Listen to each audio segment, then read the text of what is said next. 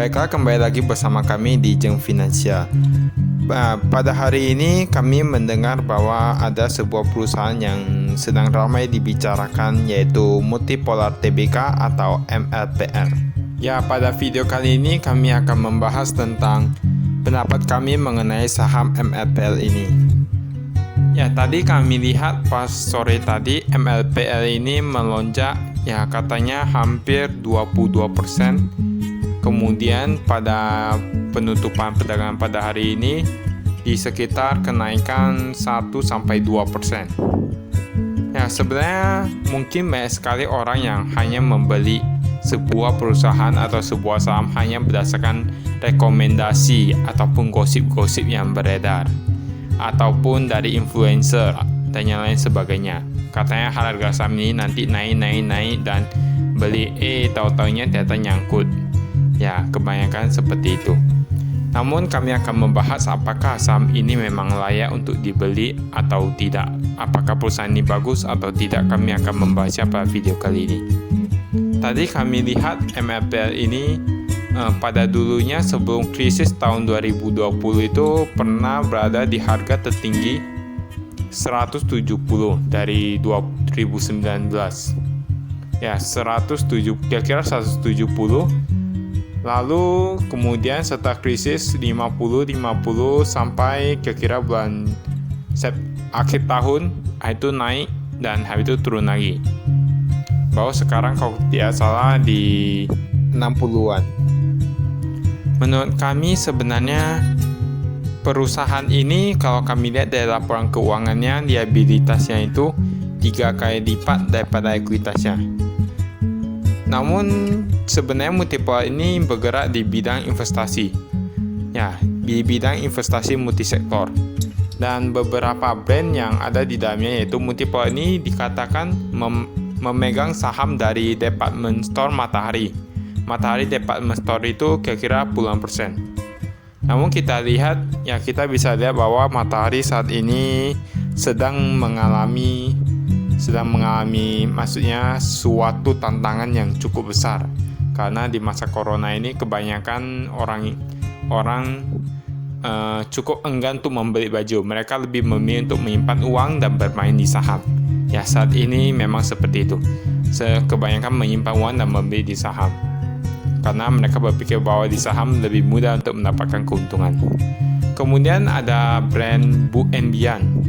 Yaitu seperti Gramedia menjual buku-buku. Namun kalau tidak salah kami pernah melihat Book & Beyond. Namun sebenarnya kami melihat bahwa Gramedia memang jauh lebih lengkap.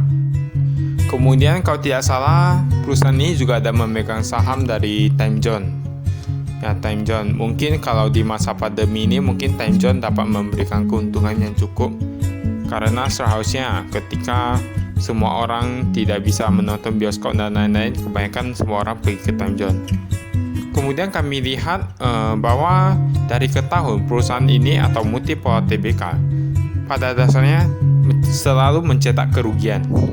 Ya, selalu mencetak kerugian dari tahun ke tahun. Kami tidak tahu bagaimana perusahaan ini dapat bertahan.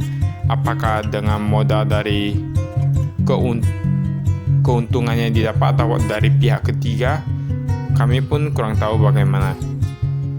Kemudian kami lihat dari PE rasionya itu minus 1.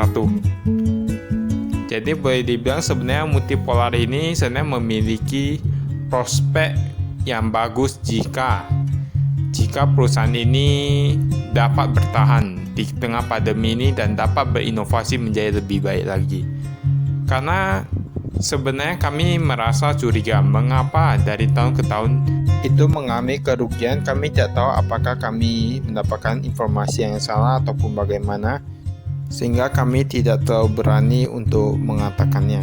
Jadi saran kami, jika Anda memang percaya bahwa perusahaan ini dapat menjadi lebih baik ke depannya dan dapat bertahan untuk jangka panjang, Anda boleh membelinya.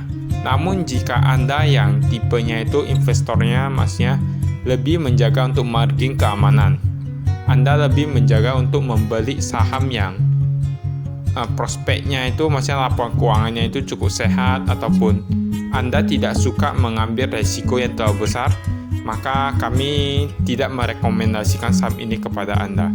Kemudian ada satu hal lagi yang ingin kami sampaikan, bahwa pendapat kami yaitu kami berpikir bahwa harga di saham itu atau harga di pasar saham sebenarnya kita tidak bisa memprediksinya. Terkadang dia bisa naik karena misalnya ada sesuatu momentum yang menyebabkan kenaikan harga, dan kadang juga bisa turun. Namun pada dasarnya harga itu tetap tidak bisa jauh dari nilai valuasi perusahaan tersebut. Jadi walaupun harga suatu saham itu tinggi ataupun fantastis, itu tidak menandakan bahwa perusahaan itu adalah perusahaan yang bagus atau perusahaan yang memiliki prospek yang luar biasa. Dan begitu juga dengan harga saham yang rendah. Jika harga suatu saham itu sangat murah, itu tidak menandakan bahwa perusahaan itu tidak memiliki prospek yang bagus, dan itu tidak berarti perusahaan itu memiliki keuangan yang tidak sehat. Jadi sebenarnya perusahaan yang bagus itu tidak bisa dilihat dari harganya.